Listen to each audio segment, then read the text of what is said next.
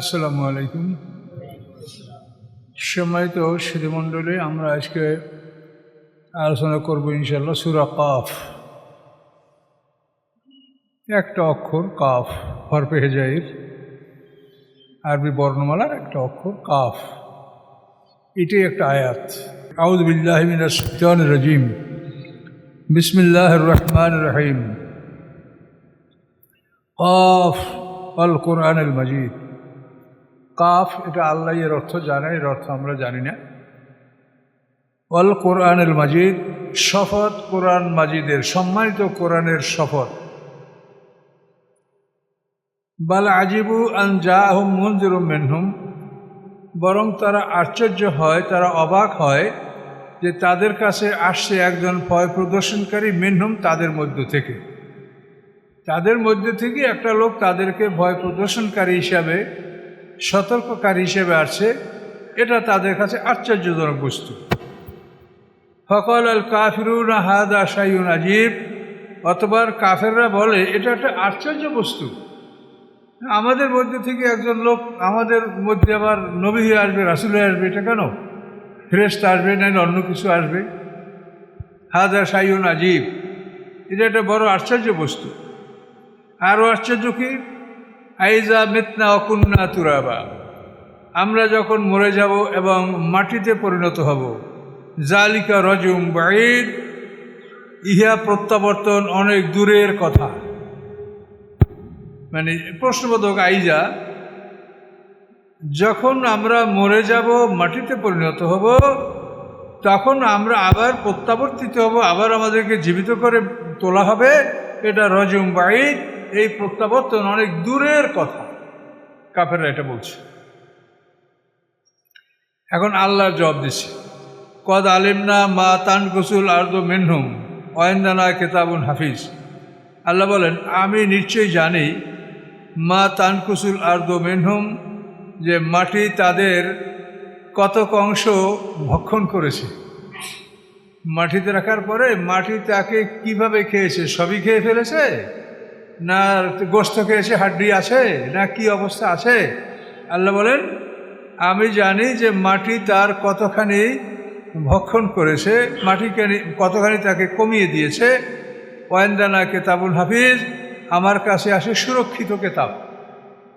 এটা সুরক্ষিত কেতাবে কোন লোকটা কোথায় আছে, মাটি তার কতখানি খেয়েছে, তার দেহটা পৃথিবীর কোথায় কোথায় ছড়িয়ে ছিটিয়ে আছে, তার দেহটা কি কোনো কুমিরের পেটে আছে, না বাঘের পেটে আছে, না মাছের পেটে আছে, কোথায় তার দেহটা আছে? আল্লাহ বলেন, ইনদানা কিতাবুন হাফিজ, আমার কাছে সুরক্ষিত কেতাবে এটার লেখা আছে। কথা বুঝতে পারছেন? সবাই তো আর সমাধি হয় না, কবর হয় না। কত মানুষ বাঘের পেটে, কুমিরের পেটে, কত জায়গায় কতভাবে বিনষ্ট হয়। তা আল্লাহ বলেন যে মাটি তোমাদের কতটা ভক্ষণ করেছে, আমার কাছে সুরক্ষিত কেতাব আছে। তোমার দেহের কোন অংশটা কোথায় আছে, যে কত বড় বিরাট ব্যাপার। চিন্তা করেন তো, একটা মানুষের দেহ পৃথিবীতে, এই কবরস্থান যদি নদীতে ভেঙে যায়, তাহলে মানুষের দেহটা কোথায় কোথায় চলে যায়। আল্লাহ বলেন, আমার কাছে সুরক্ষিত কেতাব আছে। আল্লাহ বলেন, বাল কাযযাবু বিল হাক্কি লাম্মা জাহুম, তারা সত্যকে প্রত্যাখ্যান করলো, সত্যকে অস্বীকার করলো যখন এই সত্য তাদের কাছে আসলো। অর্থাৎ এই সত্য হচ্ছে মুহাম্মদ সাল্লাল্লাহু আলাইহি ওয়াসাল্লাম, সত্য হচ্ছে আল কোরআন।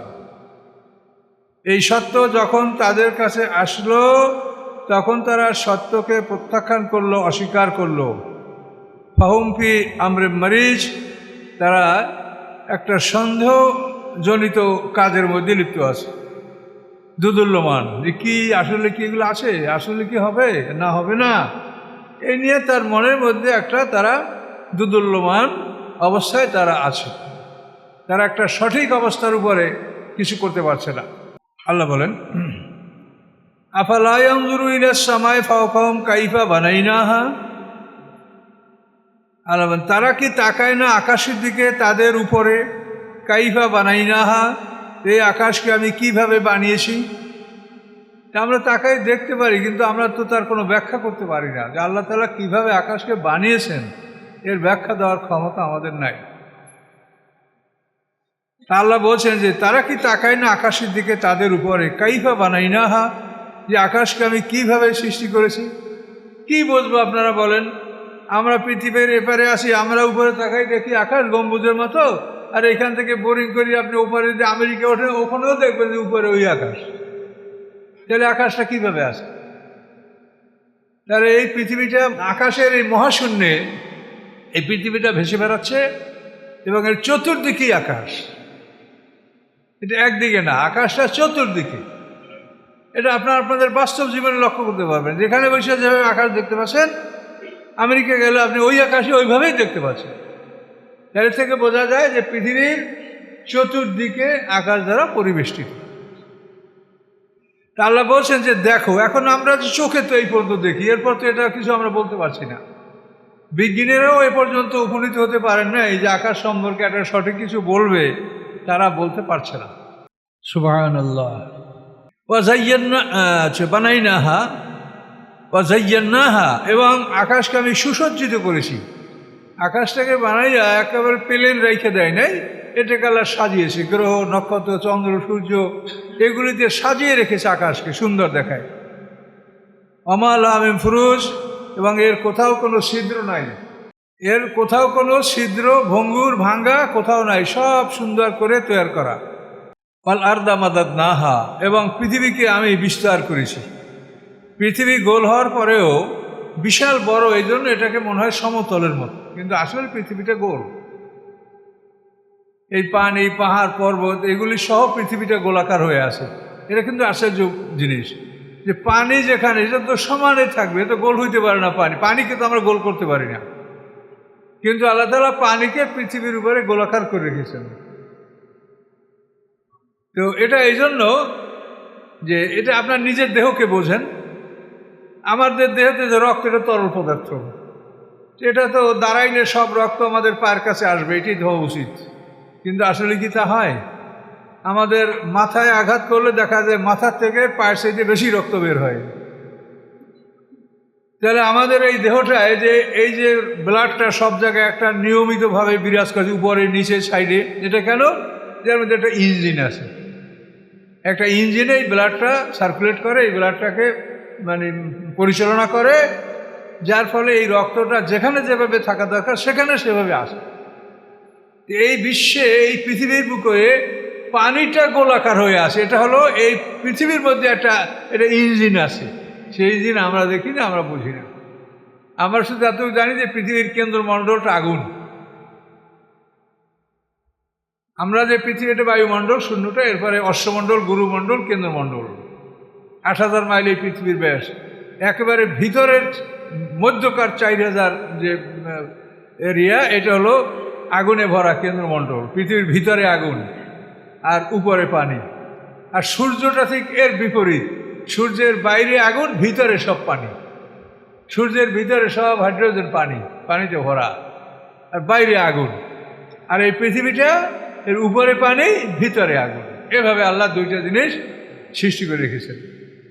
এগুলো আমরা স্বাভাবিক জ্ঞানে যা বুঝি, বিজ্ঞানীরা আমার চেয়ে অনেক বেশি বোঝেন, কিন্তু তারপরও তারা চূড়ান্ত বিবরণ দিতে পারে না যে আকাশ কত দূরে, কোথায়, কিসের তৈরি, এর কিন্তু কোনো বিবরণ তারা দিতে এখনও পারেননি। আর এই আকাশ ভেদ করে আল্লাহ রসুল সপ্ত আকাশ পাড়ি দিয়ে তিনি সিদরাতুল মুনতাহা পর্যন্ত গেছেন মেরাজ রাতে। এটা কোরআনের আয়াত দ্বারা প্রমাণিত। আলাকাদ রাহু নাজলাতান উখরা ইনদা সিদরাতুল মুনতাহা, যে আল্লাহ রসুলকে, জিবরিল আমিনকে আর একবার দেখেছেন সিদরাতুল মুনতাহার কাছে। একবার দেখেছেন পৃথিবীতে পূর্ব দিগন্তে, আর একবার দেখেছেন সিদরাতুল মুনতাহার কাছে। কোরআনের আয়াত। তাহলে এখন আমরা কি বুঝি? মুহাম্মদ সাল্লাল্লাহু আলাইহি ওয়াসাল্লাম এই মেরাজ, এই যাত্রা, এই মেরাজের কথা শুনে অনেক মুসলমানও মোরতাদ হয়ে গেছে সেই সময়। হ্যাঁ, মুহাম্মদ সাল্লাল্লাহু আলাইহি ওয়াসাল্লাম বলে কি, এই রাতের মধ্যে সে বাইতুল মুকাদ্দাস কাছে, সেইখান থেকে ভোরে আমাদের মধ্যে যারা নবমুসলিম দুর্বল, অনেক মুসলমানও মোরতাদ হয়ে গেছে, ঈমান ত্যাগ করছে। আর আবু বকর সিদ্দিক বলছে যে হ্যাঁ, এটা সত্য, তিনি যা বলেন তা সত্য। এই জন্য আবু বকর হলেন সিদ্দিক। মেরাজের খবর যখন আল্লাহ রসুল সাহাবীদেরকে দিলেন, তখন তারা তো অস্থির, কেউ মাথায় হাত দেয়, কেউ হাসে, কেউ অস্থির হয় যে কি বলে এটা। এই বায়তুল মুকাদ্দাস এখান থেকে 40 মঞ্জিল দূরে, 40 দিন লাগে যাইতে, আর সেইখানে মোহাম্মদ সাহেব এই রাত্রে সেখানে গেছে, আবার সেখান থেকে ফিরে আসে আমাদের মধ্যে।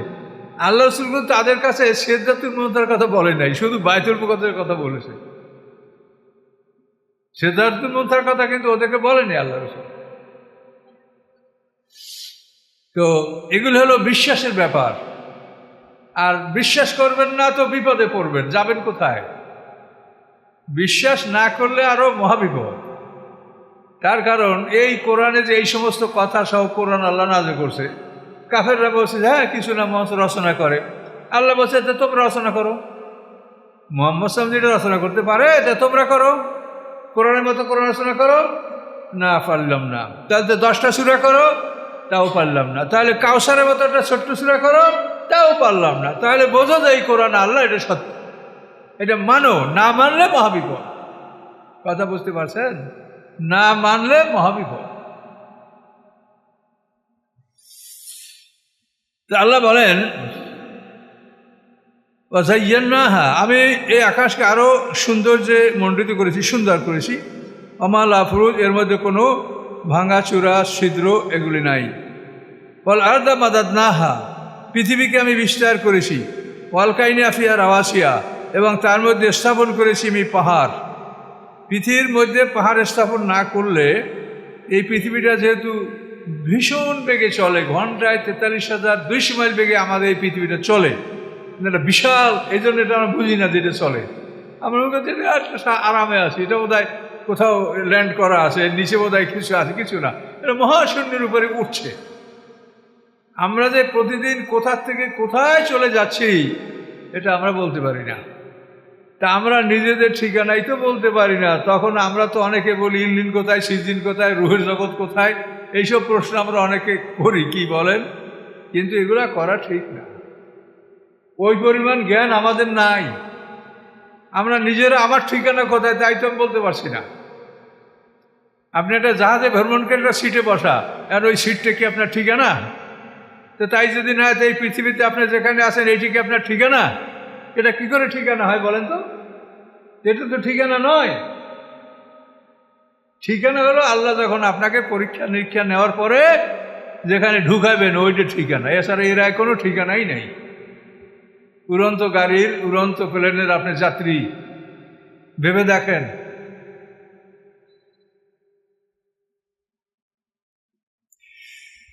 আল্লাহ বলেন ওয়ালকাইনা ফিয়া রাওয়াসিয়া, আমি এই পৃথিবীতে পাহাড় স্থাপন করেছি, পৃথিবীকে ভারী করেছি, তা নাহলে পৃথিবী চলার সময় কাঁপবে, এই জন্য আমি এটাকে ভারী করেছি পাহাড় স্থাপন করে। মোহাম্মদ নাফি আমি করলে জাউজেম বাহিস, এবং এই পৃথিবীতে আমি সমস্ত কিছু সৃষ্টি করেছি সুন্দর। জাউজ বলতে এখানে জোড়া, জোড়া অর্থ না, জোড়া মানে সকল প্রকার, সকল প্রকার বলতে ফল ফলাদি গাছপালা সকল প্রকার। বাহিস মানে উজ্জ্বল, সুন্দর, মনোরম, নয়নাভিরাম, দেখলেই সুন্দর লাগে। গাছের দিক তাকান কেমন লাগে, যেটা দিক দেখবেন, হাঁস মুরগি পশু গরু ছাগল ভেড়া যা দেখবেন সুন্দর মনোরম।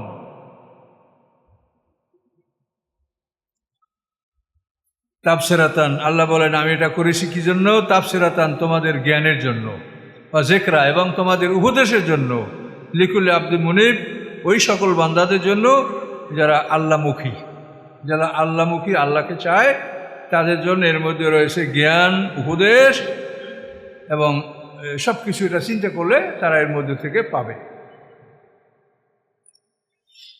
নাজ্জালনা মিনাস সামাই মাআ, আল্লাহ বলেন আমি আকাশ থেকে পানি বর্ষণ করি। অর্থাৎ আমাদের মাথার উপরে যে শূন্য, এই শূন্য স্থানটাই আকাশ। আকাশ বলতে আমরা আর কিছু বুঝি না, আমাদের মাথার উপরে শূন্য স্থান, এটি আকাশ। আল্লাহ বলেন নাজ্জালনা মিনাস সামাই মাআ, আমি আকাশ থেকে পানি বর্ষণ করি। মুবারাকান, এই পানিটা বরকতময়, এই বৃষ্টির পানিটা একটা বরকতময় পানি, গাছপালা পশু মানুষ সকলের জন্য বরকতময়। আম্বাত নাবি জান্নাত, আল্লাহ বলেন এই পানির সাহায্যে আমি বাগান সৃষ্টি করি, বাগান, ক্ষেত খামারের বাগান সৃষ্টি হয়। আম্বাত নাবি জান্নাত, জান্নাত মানে বাগান, আমি সৃষ্টি করি এই বৃষ্টি পানির মাধ্যমে বাগান। ও হাব্বাল হাসিদ, এবং শস্য দানা। হাব্বা মানে দানার, হাসিদ হলো ফসল, শস্য, যে ফসলগুলি সাধারণত কেটে নেওয়া হয়, এই ধরনের ফসলকে হাসিদ বলা হয়। হাসিদ, হাব্বাল হাসিদ, শস্য দানা, যে ফসলগুলি কেটে সংগ্রহ করা হয়, এই ফসল আমি উৎপাদন করি। আর কি করি?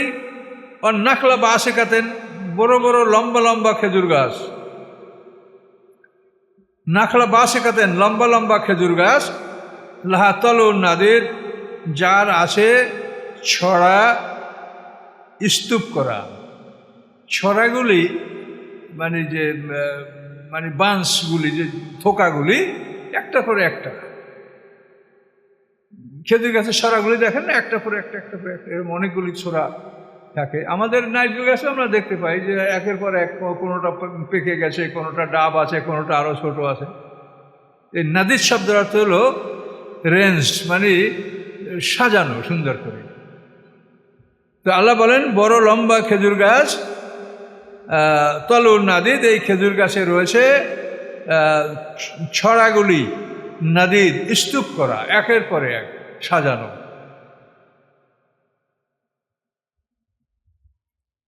আল্লাহ বলেন কেন? রিজকান লিল ইবাদ, বান্দাদের জন্য খাবার, বান্দার জন্য জীবিকা। দেখেন খেজুর এমন একটা খাবার যে খুব সহজে এসে নষ্ট হয় না এবং খুবই শক্তিশালী। একে নিয়ে সফর করা যায়। এই আরবদের, ওরা তো মুসাফের, এই খেজুর তাদের জন্য খুব সুন্দর খাবার। অন্য যে কোনো খাবার আপনি পাক করে নেবেন, যা রাখবেন তার 2 দিন পরে, 1 দিন পরে নষ্ট হয়ে যাবে, কিন্তু এই খেজুর এটা নষ্ট হয় না। তো আল্লাহ বলেন এভাবে আমি বড় বড় খেজুর গাছ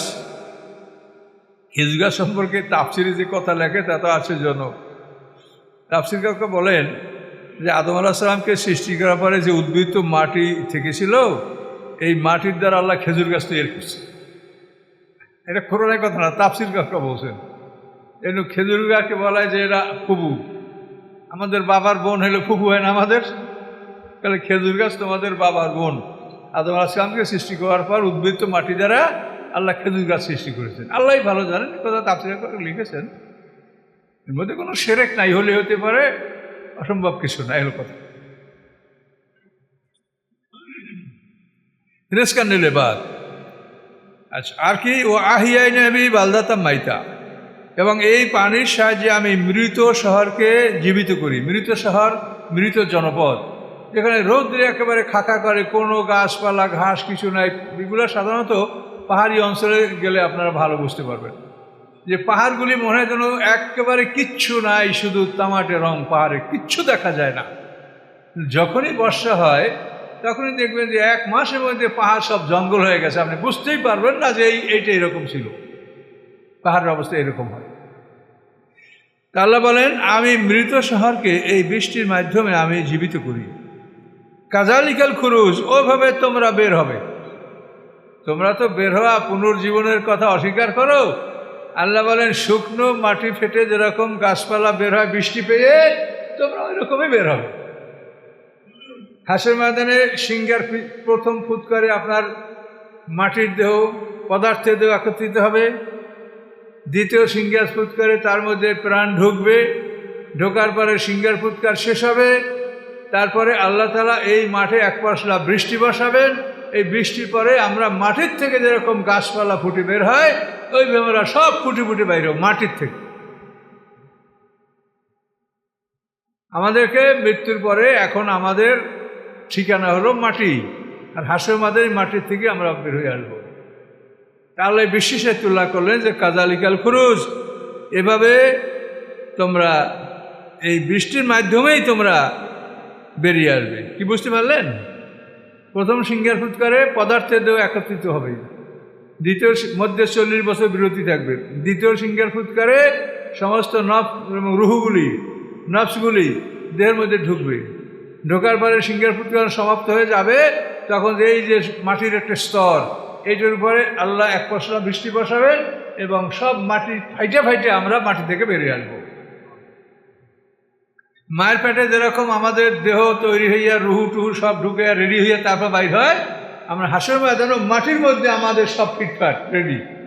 দেহ আগে হয়েছে, তারপর রুহু আসছে, নফস আসছে, এরপরে আমরা ওখান থেকে পূর্ণাঙ্গ মানুষ বের হয়ে আসবো। ছোট্ট উলঙ্গ, শুধু আদম হয় দুইটা মানুষ ছাড়া, এরা ছোট্ট উলঙ্গ আসবে না। যেহেতু আল্লাহ বলছেন কামা বাদাকুম তাউদুন, যেভাবে তোমাদেরকে প্রথমবার সৃষ্টি করেছে ওভাবে তোমাদেরকে দ্বিতীয়বার সৃষ্টি করা হবে। তা আদম হাওয়াকে প্রথম ছোট্ট এবং উলঙ্গ সৃষ্টি করা হয়নি, তাদেরকে একটা পূর্ণাঙ্গ মানুষ, নর নারী, কুমার কুমারী হিসাবে আল্লাহ সৃষ্টি করেছেন। ওভাবেই তার হাস্য ময়দান উঠবে। এখন এগুলি বলার পরেও যদি বিশ্বাস তোমাদের না হয়, সে আরব জাতি, এরপর সমগ্র বিশ্বের মানব জাতি, শোনো, কাযযাবাত ক্বাবলাহুম কওম নূহ, এর আগে নূহ আলাইহিস সালাম সম্প্রদায় এই কোরআনকে, এই আসমানি কেতাবকে, আল্লাহর ওহীকে অস্বীকার করেছে। কাযযাবাত ক্বাবলাহুম কওম নূহ, তাদের আগে নূহ আলাইহিস সালামের সম্প্রদায় আল্লাহর বাণী, আল্লাহর রসুলকে অস্বীকার করেছে। আর কারা? ও আসহাবার রাস, কুয়াবাসী। রাস হলো কাঁচা কূপ, যে কূপের কিনারা বাঁধানো ছিল না, এই কাঁচা কূপ। এটা হচ্ছে সামুদ জাতির ধ্বংসের পরে অবশিষ্টরা, যে মানে আরবের একেবারে দক্ষিণ অঞ্চলে বসবাস করছিল, এডেন অঞ্চলে, এডেন, ওমান, এইসব অঞ্চলে।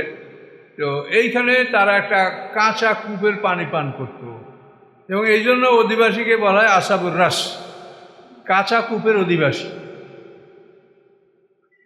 তো আল্লাহ বলেন, প্রথম হলো নূহ আলাইহিস সালামের জাতি, তারপরে এরপরে আসহাবে রাস, কুয়াবাসী, কাঁচা কূপের অধিবাসী, সামুদ জাতি, এরপরে ও আদ জাতি, তারপরে ফেরাউন জাতি, ও এখন লুত, এরপর লুত সম্প্রদায়, ও আসহাবুল আইকা, এরপরে জঙ্গলবাসী হলো মাদানের অধিবাসী, এরপরে কওমা তুব্বা, কুল্লুন কাযযাবার রাসূল, এরা সবাই রাসূলকে অস্বীকার করেছে। ফাহাক্কা ওয়াঈদ, আল্লাহ বলেন প্রতিষ্ঠিত হয়েছে সেখানে আমার শাস্তি। এখন খুব সংক্ষেপে আমরা এগুলো একটু পার হই। অস্বীকার করছে নূহ আলাইহিস সালামকে তার সম্প্রদায়। আল্লাহ তাআলা তাদেরকে এমন এক বন্যা দিয়া ধ্বংস করেছেন যে এই বন্যায় কোনো কাফের অবশিষ্ট ছিল না পৃথিবীর বুকে। শুধু নৌকার মধ্যে যারা আরোহণ ছিল 80টা মুসলিম পরিবার, এরা ছাড়া পৃথিবীতে কোনো মানুষ বেঁচে ছিল না। নূহ আলাইহিস সালামের সময় এই শাস্তি আল্লাহ দিয়েছে। এরপরে আসহাবে রাস, এই কুয়াবাসী, এদের সম্পর্কে বলা হয় যে এখানে এরা হানজালা বিন সফওয়ান নামক একজন আল্লাহর পয়গম্বরকে হত্যা করেছে। এরপর আল্লাহ তাআলা সেই জাতিকে ধ্বংস করেছে। এবার সামুদ জাতি সম্পর্কে আমরা কোরআন শরীফে বিভিন্ন জায়গায় পাচ্ছি, এরা হিজর অঞ্চলে বাস করত। এদেরকে জিবরিল আলাইহিস সালামের একটা চিৎকার, একটা কঠোর আওয়াজ, এই আওয়াজে তাদের সকলের কলিজা ফেটে, বুক ফেটে কলিজা বের হয়ে গেছিল। সামুদ জাতি বিশাল শক্তিশালী জাতি ছিল। এরপরে আদ জাতি, যাদের ধ্বংসের ব্যাপারে কোরআনে বলা আছে সাবা লায়ালুম ওয়া সামানিয়াত আইয়াম, 7 রাত 8 দিন তাদের উপরে ঝঞ্ঝা বায়ু প্রবাহিত আল্লাহ করেছেন। ফলে তাদেরকে আশ্রাইয়া মাটিতে ফেলিয়া উপরে তুললে আবার আশা দিয়া বালুতে চুবাইয়া বালুতে ঢেকে দিয়ে এইভাবে তাদেরকে 7 রাত 8 দিন আশ্রয়ে তাদেরকে মারছে। আদ জাতি। ফেরাউন জাতিকে আল্লাহ তাআলা লোহিত সাগরে 10,60,000 বাহিনী ডুবিয়ে মেরেছে। এখন লুতের ভাইরা, অর্থাৎ লুত সম্প্রদায়, এদেরকে আল্লাহ তাআলা তাদের জমিন সহ উল্টাইয়া 15 কিলোমিটার এদিকে আর এদিকে 50, এতখানি জায়গা সহ তাদেরকে উল্টাইয়া তারপর তাদের পাথর বর্ষণ করে তাদেরকে আল্লাহ ধ্বংস করছে। এদের এখন লুত। আসহাবে আইকা হলো জঙ্গলবাসী, অর্থাৎ মাদায়নের 2টা অংশ। একটা হলো আসহাবে মাদায়ন, যেটাকে বলা হয়, এটা মাদায়নের একটা অংশ, আর আসহাবে আইকা এটাও মাদায়নের একটা অংশ, কিন্তু এই অংশটা ছিল জঙ্গল। তো এখানে এদেরকে ধ্বংস করা হয়েছে। এরা আল্লাহর নাফরমানি করার পরে আল্লাহ তাদের বৃষ্টি বন্ধ করে দিয়েছেন বহুদিন, খুব কষ্টে পড়েছে তারা। এরপর হঠাৎ করে একটা মেঘ তারা দেখতে পেয়েছে, কালো মেঘ, কঠিন মেঘ। তো কালো মেঘে তো অনেক বৃষ্টি হয়। ওই মেঘ দেখে তারা সবাই ওই মেঘের নিচে আশ্রয় নিয়েছে যে এখানে আমরা প্রচুর বৃষ্টি পাবো। কিন্তু সবাই যখন ওখানে গেছে তখন ওই মেঘ থেকে তাদেরকে আল্লাহ তাআলা অগ্নি বর্ষণ করেছেন, আগুন, একেবারে ডাইরেক্ট আগুন বর্ষণ হইয়া ওদেরকে পুরিয়া সারখার করিয়া সব ধ্বংস করে দিয়েছে। এটা হলো আইকা। কমে তুব্বা, এই তুব্বা সম্প্রদায় এরা ধ্বংস হয়েছে মানুষের হাতে। এই তুব্বা তাবাবেয়া, এই তুব্বা সম্প্রদায়েরা ইয়ামানে বসবাস করত। এরা ধ্বংস হয়েছে আবিসিনিয়া কর্তৃক। আবিসিনিয়ার বাদশাহদের করে আক্রমণ করে এদেরকে ধ্বংস করেছিল। এই তুব্বার বিষয়টা এটা একটু অস্পষ্ট বিষয়। এটা হচ্ছে, এটা একটা রাজবংশ, রাজার নাম তুব্বা। একে বলা হয় তুব্বা হুমায়রি। তার নাম আবুল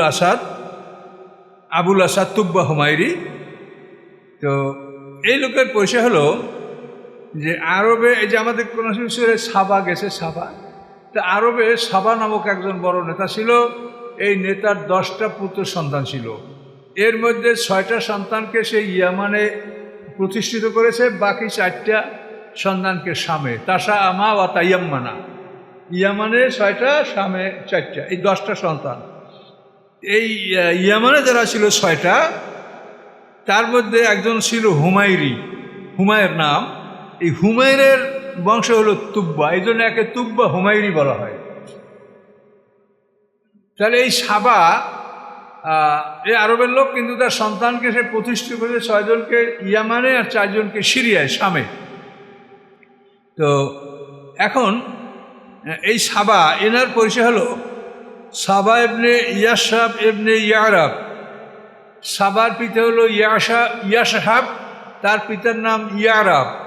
ইয়ারাবের পিতার নাম হলো কাহাতান, জাকতান, ইয়াক্তান। এই নামটা 3 ভাবে তাফসিরে পাওয়া যায়, কাহাতান, জাকতান, ইয়াক্তান। এই কাহাতান হলো আবেরের পুত্র কাহাতান। আবেরের পুত্র কাহাতান এবং কাহাতানের 2 পুত্র ইয়ারাব এবং জুরহুম। ইয়ারাবের বংশ থেকে আরব জাতি, আর জুরহুম বংশ হলো ইসমাইল আসলামের শ্বশুর বংশ। ওই বংশে ইসমাইল আসলাম বিয়া করছেন। এই যে মানে কাবা ঘরে যে পানির ইতিহাস আপনার জমজম, এখানে জুরহুম সম্প্রদায় কিন্তু ওখানে এসে আশ্রয় নিয়েছিল পানির কাছে। জুরহুম আর ইয়ারাব এরা 2 ভাই, এদের পিতার নাম হলো কাহাতান। তো এই কাহাতানের পিতার নাম হলো আবের। তো আবের হলো ইব্রাহিম আলাইহিস সালামের বংশ পরিচয় নেন। ইব্রাহিম আলাইহিস সালাম কিন্তু আজর, তার পিতার নাম সারুক, তার পিতা আরগু, ফানে। এই ফানের পরে আবের পরে শালেক, তারপর ইরফাকশাস, তারপর এরাম, তারপর সাম, তারপর নূহ। তো ইব্রাহিম আলাইহিস সালামের বংশের মধ্যে যে আবের, যে এই আবেরের থেকে এই শাখাটা বেড়ে আছে। আবেরের সন্তান হলো কাহাতান, কাহাতানের পুত্র হলো ইয়ারাব আর জুরহুম। তো এই ইয়ারাব সাবা ইবনে ইয়াসাব ইবনে ইয়ারাব, তাহলে ইয়ারাবের সাথে সাবার বংশটা মিলছে। তো এই বংশ থেকে তুব্বা, সাবার 6 পুত্র, এর মধ্যে তুব্বা, একে তুব্বা হুমায়রি বলা হয়। এই তুব্বা হুমায়রি এই নামটা কোরআন শরীফে সূরা দোকানেও কিন্তু আসে তুব্বার কথাটা। তো ইনি একজন নামকরা বাদশা ছিলেন এবং সেই সময় যে ধর্ম ইসলাম, সেটা হলো ইহুদি ধর্ম। এই ধর্ম তিনি গ্রহণ করেছিলেন। এটা হলো বিরাট ইতিহাস আছে তাফসিরে, যে এই তুব্বা এরা খুব শক্তিশালী বাদশা ছিল। এরা ইয়ামান থেকে হইয়া মক্কা মদিনা এদের দখলে ছিল। এরপর এখান থেকে তারা সিরিয়া, তারপর এখান থেকে একেবারে সমরকন্দ পর্যন্ত তারা যুদ্ধ পরিচালনা করছে বলে তাফসিরের কাউকে বলেন। তো এই তুব্বা ওনার ইসলাম গ্রহণ করার ইতিহাসটা, এটা একটা বিরাট ব্যাপার। যে উনি কোনো এক সময় ওনার সন্তানকে মদিনা রেখে গেছিলেন, যে মদিনা আসার পরে ওখান থেকে ওনার সামনে যাবে উত্তর দিকে, সন্তান অসুস্থ। তো তাকে মদিনা রেখে গেছেন, কিন্তু কিভাবে সেই মদিনায় সেই সন্তানটা নিহত হয়েছে, আততায়ীরা এই সন্তানটাকে হত্যা করে ফেলেছে। এরপরে সে মদিনার বিরুদ্ধে যুদ্ধ শুরু করেছে। যুদ্ধ শুরু করার পরে মদিনার লোকেরা দিনে তার বিরুদ্ধে যুদ্ধ করত, রাতে তাকে খাবার সরবরাহ করত। মদিনার লোকেরা প্রাচীনকাল থেকে এরা ভালো মানুষ। এখন অবাক হয়ে গেল যে এরা আমার বিরুদ্ধে দিনে যুদ্ধ করে, আবার রাতে খাবার সরবরাহ করে, এটি কি ব্যাপার? তখন তাদের সাথে ওইখানে 2 জন ইহুদি আলেম এই তুব্বার সাথে দেখা করলো। দেখা করে বলে যে আপনি শুনেন, এদের বিরুদ্ধে আপনি লড়াই করিয়েন না, এরা ভালো মানুষ, আপনার সন্তানটা মারা গেছে, এরা ভুল হয়ে গেছে বা যাই হয়েছে, তো এদের বিরুদ্ধে যুদ্ধ করেন না। এরা যে শহরে থাকে এই শহরে আখরি জামানার নবী হিজরত করবে, কাজে এই শহর অত্যন্ত পবিত্র শহর, আপনি এই শহরে যুদ্ধ করিয়েন না। তখনও তা ওই আলেমদের কথা ও বিশ্বাস করলো। তো বিশ্বাস করার পরে এখন ও বলল যে আপনারা আমার সাথে তাহলে আমার এলাকায় চলেন, আমার অঞ্চলে। তারা ইয়ামানের বাসিন্দা। তখন ইয়ামানে যখন এই আলেমদেরকে নিয়ে ওই তুব্বা হুমায়ুন আসলো, তার তো রাজা, এখন ওই অঞ্চলের প্রজারা তাকে আর সমর্থন করে না, তুমি আমাদের দিন ত্যাগ করছো, তোমাকে আমরা গ্রহণ করব না। তখনও বলে যে আমি তোমাদের চাইতে ভালো দিন, মানে ভালো জিনিস আমি গ্রহণ করি। ওরা অগ্নি পূজা করতো ইয়ামানের লোক। তখন বলে কি, তখন তাফসীর কাকরারা বলেন, আল্লাহ জানেন, যে ওদের পাহাড়ের গুহায় একটা আগুন থাকতো, ওরা বিচারের জন্য সে আগুনের সামনে যাইতো। তো ওই আগুনের সামনে গেলে পরে যারা সত্য দল তাদেরকে আগুনে কোনো ক্ষতি করতো না, আর যারা মিথ্যা জালেম আগুন বের হয়ে তাদেরকে জ্বালাই দিত। এরকম একটা আগুন ওদের ছিল। ওরা বললো যে তুব্বা বললো যে তোমরা তো তোমাদের ভালো মন্দ হক না হক বিচারের জন্য তো ব্যবস্থা আছে, সেখানে চলো, তাহলে দেখা যাক যে তোমাদের দিন ভালো না আমার দিন ভালো। তখন ওরা ওদের মূর্তি ভগবান টান এগুলোর সাথে নিয়ে তাদের ভ্যাট ব্যাগা নিয়ে ওরা গেল। আর এই দুই আলেম তওরাত কেতাব বুকে ঝুলন্ত অবস্থায় তারা সেখানে গেল। যাওয়ার পরে তারা আগুনের কাছে, তাদের যেটা সিস্টেম, আগুনে বলল আগুন তুমি আমাদের সঠিক ফয়সালা দাও। তখন আগুন বের হইয়া ওদের ওই মূর্তি টুর্তি নিয়ে যারা গেছিল সব পোড়াই দিল এবং এরা সব বেঁচে গেল। তখন এই ইয়ামানে সেই ইহুদি ধর্ম এইটা ইয়ামানে বিস্তার করছিল। তো ইহুদিরা প্রথমে তো ভালোই থাকে সবাই, কিন্তু কয়েকটা যুগ পার হয়ে যাওয়ার পরে এরা জুলুমাত্মার শুরু করলো এবং এরা শেষ পর্যন্ত খ্রিস্টানদেরকে ব্যাপকভাবে ওখানে হত্যা করলো। এই যে আসাবি উখদুদ সূরা বুরুদের মধ্যে আছে খন্দক, এই খন্দক কিন্তু পৃথিবীতে কয়েকটা জায়গায় এরকম আগুন জ্বালায় মুসলমানদেরকে মারা হয়েছে। তো সম্ভবত ইয়ামানও এরকম একটা ঘটনা ঘটেছে। ঘটার পরে যেহেতু এরা ছিল ইহুদি, তখন ওই আবিসিনিয়ার বাদশাহ নাজ্জাশী তার গুরু পাইসা এই তুব্বা তো তখন নাই, এদেরকে ধ্বংস করছে। ইউসুফ জুনুয়াস ছিল সেই ইহুদিদের রাজা, ইউসুফ জুনুয়াসকে তারা হত্যা করছে, তাদেরকে পরাজয় করছে। এইভাবে তুব্বা সম্প্রদায় ইয়ামানে ছিল, এরা ধ্বংস পেয়েছে। তো এরপরে এই আবিসিনিয়ার এরা কিন্তু এই ইহুদিদেরকে ধ্বংস করে ইয়ামানে যে প্রতিষ্ঠিত হলো, এই খ্রিস্টানরাই কিন্তু পরে আবার কাবাঘর ভাঙতে আসে, এরা সব ধ্বংস হলো। এরা কিন্তু ওই খ্রিস্টান যারা ওই আবিসিনিয়ার থেকে কোন আসছিল, এরা তারা। ইতিহাসের বিরাট একটা চেইন আছে এখানে। তো আল্লাহর কালাম, আল্লাহ তো বলছেন এক শব্দ তুব্বা। তো এই তুব্বা সম্পর্কে আরও ইতিহাস আছে যে তুব্বাকে যখন বলা হলো যে এই মদিনা শহরে আখিরি জামানার রাসূল হিজরত করবে, তখন তুব্বা বলল যে তাহলে আমি তার সাথে কীভাবে দেখা করব, সেই নবীকে তো আমি চাই, আমি তাকে দেখব, আমি তার দীক্ষা লাভ করব। তখন তুব্বা আলেমদেরকেও বললেন যে আপনারা এখানে আপনারাও থাকেন, আমিও থাকি, তো মদিনায় যদি সেই নবী আসে তাহলে আমি তার উপর ঈমান আনব। আর ইহুদিরা মুহাম্মদ সাল্লাল্লাহু আলাইহি ওয়াসাল্লামের জন্মের পূর্বক্ষণ পর্যন্ত মুহাম্মদ সাল্লাল্লাহু আলাইহি ওয়াসাল্লামের একেবারে পাকা ঈমানদার ছিল, যে শেষ পয়গম্বর আসবে এতে তাদের কোনো সন্দেহ ছিল না, এবং সেই পয়গম্বর মদিনায় হিজরত করবে তাও তারা সুনিশ্চিত ছিল, এবং তারা তার উপরে 100% ঈমানদার ছিল। কিন্তু যখন মুহাম্মদ জন্মগ্রহণ করলেন তখন তারা বেঈমান হয়ে গেল। জন্মগ্রহণ করার পরে দেখা গেল যে তিনি বনি ইসরাইল থেকে আসেন নাই, তিনি বনি ইসমাইল, অন্য গ্রুপ। মানে ইব্রাহিম আলাইহিস সালামের বড় ছেলে হলো ইসমাইল, তার বংশ বনি ইসমাইল, আর ইসাক আলাইহিস সালামের ছেলে হলো ইয়াকুব আলাইহিস সালাম, তার থেকে হলো বনি ইসরাইল। এখন ওরা হলো সব বনি ইসরাইল ঈসা আলাইহিস সালাম পর্যন্ত, কিন্তু মুহাম্মদ সাল্লাল্লাহু আলাইহি ওয়াসাল্লাম যখন বনি ইসরাইল থেকে আসলো না তখন তারা মুহাম্মদ সাল্লামকে কুফরি করলো। এটা হলো বিষয়। এর আগে তারা মুহাম্মদ সাল্লাল্লাহু আলাইহি ওয়াসাল্লামের 100% ঈমানদার ছিল। তো এখন মুহাম্মদ সাল্লাল্লাহু আসে নাই, ওরা তার উপর ঈমানদার, বলছে এই শহরে আসবে নবী, ঠিকই আছে। তখন এই তুব্বা বলছে যে তাহলে আমি এই শহরে বসবাস করব, এবং তিনি সেখানে বাড়িঘর করেছিলেন, এবং বাড়িঘর করার পর সেখানে একটা ঘর করেছিলেন আল্লাহ রসুলের জন্য, যে আল্লাহ রসুল আসলে এই ঘরে থাকবেন, অক্ষয় স্টেট। এবং ওই বাড়িটা বহুবার বিক্রি হয়েছে, কিন্তু সবাই ওইটা বলেছে এখানে একটা অক্ষয় স্টেট আছে, এটা কিন্তু অক্ষয়, এটা কেউ বিক্রি করবে না, এটার মালিক যদি কোনোদিন আসে তাহলে তাকে দিবেন। তো ওই বাড়িটা হস্তান্তর হতে হতে আবু আইয়ুব আনসারী ওনারা যখন ওই বাড়ি কিনেছেন তখনও কিন্তু ওই বাড়ির যে ওয়াকফ এস্টেটটা এটা কিন্তু তাদেরকে বুঝিয়ে দেওয়া হয়েছে, এটা ওয়াকফ এস্টেট একটা অংশ আছে। এবং আল্লাহ রসুলের উট কিন্তু ওই বাড়ির সামনেই বসেছিল মদিনায় যাওয়া আবু আইয়ুব আনসারের বাড়িতে।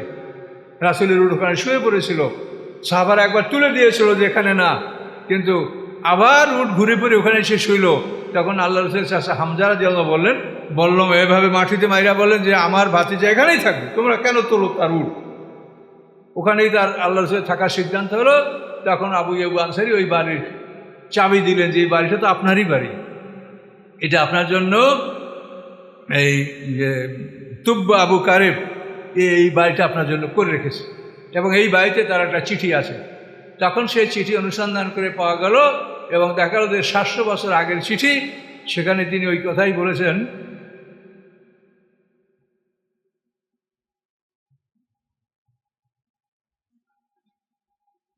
যে হে আল্লাহ রসুল, আপনার সাথে তো আমার দেখা হলো না, তা আপনি যদি সত্যি এখানে আসেন, আমি আলেমকে শুনেছি, তাহলে এই বাড়িটা আপনার জন্য আমি ওয়াকফ করে রেখেছি, আপনি এটা গ্রহণ করবেন। এটা সেই সময় সেই পত্র খুঁজে অনুসন্ধান পাওয়া গেল। তাফসীর কাকা বলেন 700 বছর আগের এই চিঠি তুব্বা এটা করে রেখেছেন। এইগুলি ইতিহাসের কথা।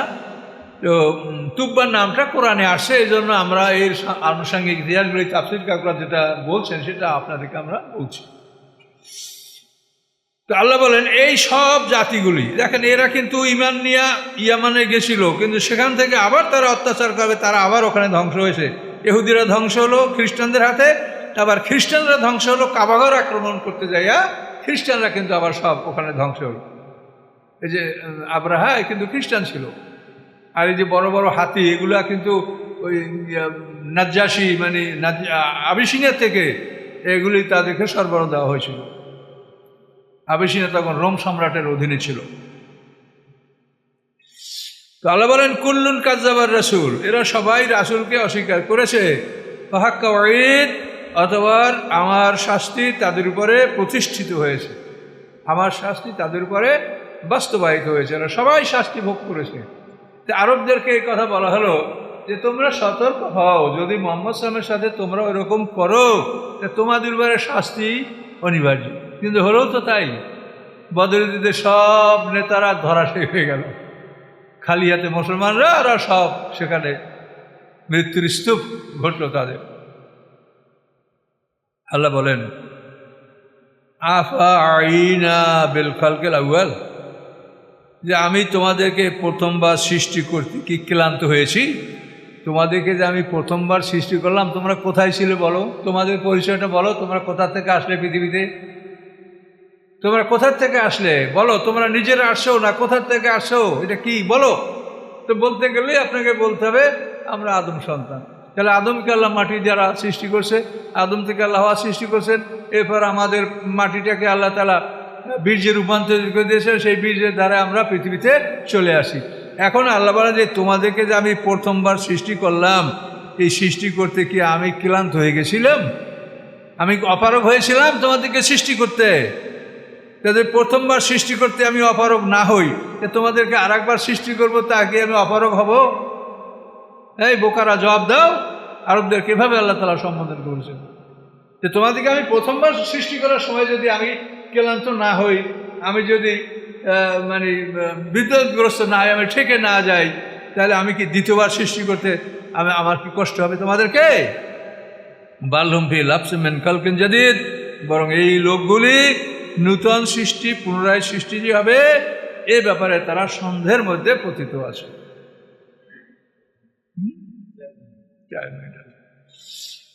এখানে আমরা যে জিনিসটা শুনলাম, এতে দেখেন সবচাইতে বড় সমস্যা হলো পরকাল বিশ্বাস না করা। এই পরকাল বিশ্বাস না করে যারা, তারাই পৃথিবীতে জুলুম অত্যাচার সবকিছু করে। আর পরকাল যে বিশ্বাস করে সে কোনোভাবেই এভাবে অন্যায় অত্যাচার করতে পারে না। তার কারণ আপনি যখন জানেন যে আমি এই অন্যায় করলে সাথে সাথে আমি বিচারের সম্মুখীন হব, তাহলে কি অন্যায় করে মানুষ? কাজে এই জন্য পরকালকে বিশ্বাস করার জন্য সারা কোরআন শরীফে এই কথাগুলোই বারবার বলা হচ্ছে, লাইনের পর লাইন এই কথাগুলোই বলা হচ্ছে যে তোমরা পরকালে বিশ্বাস করো, তোমাদের দ্বিতীয় জীবন আছে। তোমরা মানুষ, তোমরা ভেবে দেখো তোমরা কত সুন্দর। আপনি দেখেন রাস্তাঘাটে পথে ঘাটে কত প্রাণী দেখতে পাচ্ছেন, তারা মুখ দিয়া খাবার খাচ্ছে। তারা হাত দিয়ে খাইতে পারে না, মুখ দিয়ে খাচ্ছে, পবিত্র অপবিত্র জায়গা থেকে খাবার খাচ্ছে। আর আপনারা কিভাবে খাবারটা খাচ্ছেন দেখেন তো, কত সুন্দর করে, কত পবিত্র জায়গায়, কত সুন্দর করে পাকশা করে, কত সুন্দর করে প্লেট গ্লাস মানে আপনাদের যে সরঞ্জামগুলি কত সুন্দর করে ব্যবহার করে আপনারা খাচ্ছেন। আর ওইগুলি পশু, তাহলে মানুষ আর পশু কি এক? এটা কি মানুষের চিন্তা করতে হয় না যে আমরা এতখানি জ্ঞান বুদ্ধি ক্ষমতা আল্লাহ আমাদেরকে দিয়েছেন, তাহলে এটা কে দিয়েছেন? আল্লাহ দিয়েছেন। কাজেই তার প্রতি আত্মসমর্পণ করা আমাদের উচিত। আমরা যেন পৃথিবীতে জুলুম অত্যাচার না করি, আমরা যেন অশান্তি সৃষ্টি না করি, এটা আমাদের বোঝা উচিত। প্রত্যেকটা জায়গায় তাকাই দেখেন, অন্যান্য প্রাণীরা ড্রেনে মুখ দিয়ে খাচ্ছে, ময়লার ভাগায় খাচ্ছে, যেখানে ময়লা ফেলানো সেখানে মুখ দিয়ে প্রাণীরা খাচ্ছে। তারাও তো প্রাণী। আর আমরা কত সম্মানে আছি দেখেন তো। হ্যাঁ, এই বৃষ্টি হলে তখন পাখিরা বুই যা কাতর হয়ে যাচ্ছে, আর আমরা কত আরামে থাকছি বৃষ্টিতে, শীতে, রোদ্রে। তো এগুলি চিন্তা করতে আল্লাহ বলেছেন তোমরা চিন্তা করো আর তোমরা আমার পথে ফিরে আসো, ফিরে না আসলে হবে পড়ে। তো আমরা এই রুকুটা এখানে শেষ হয়েছে, আমরা সামনে দ্বিতীয় রুকুতে আর যাবো না, ওখানে অন্য আলোচনা, আবার খুব দীর্ঘ আলোচনা। তো আপনাদেরকে আমি একটা অনুরোধ করবো যে এই যে তাফসিরের যে আমরা যে শব্দার্থ সহ কোরআন শিক্ষার ক্লাস, এই ক্লাসে আপনারা অনেকেই অংশগ্রহণ করছেন না। ভেবে দেখেন এই যা কিছু শুনছেন সবই সত্য, এটা আল্লাহর বাণী, কোনো সন্দেহ কি আছে? আল্লাহর বাণী। কাজে সামনে আমাদের বিপদ আছে, সামনে আমাদের বিপদ আছে। যখন দাড়িপাল্লা ওজন করা হবে তখন কাঁটার দিকে আপনি তাকাই থাকবেন, সামনে এই ছুঁড়ে পাবেন যে কাঁটাটা কোন দিক গেল।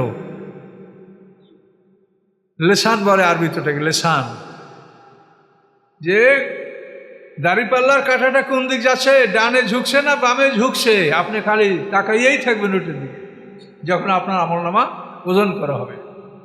তো ওইখানে যদি বাম দিক ভারী হয়ে যায় তার মহাবিপদ, তার জন্য শাস্তি ভোগ করে বেরোতে হবে। কাজে এই জন্য আপনারা শয়তানের অসহসা বর্জন করে সপ্তাহে 3 দিন ক্লাস হয়, আপনারা আসেন, আপনারা পড়েন, শেখেন, আপনাদের ইমানটা মজবুত হবে। নিজে যদি কোরআন শরীফ পড়িয়া বুঝতে পারেন তখন আপনার মনে একটা শান্তি পাবেন। আপনার এক পারা পড়লেই দেখবেন যে কোরআনের 12 আনা অর্থ আপনারা সব জায়গায় নিজেই বুঝতে পারছেন।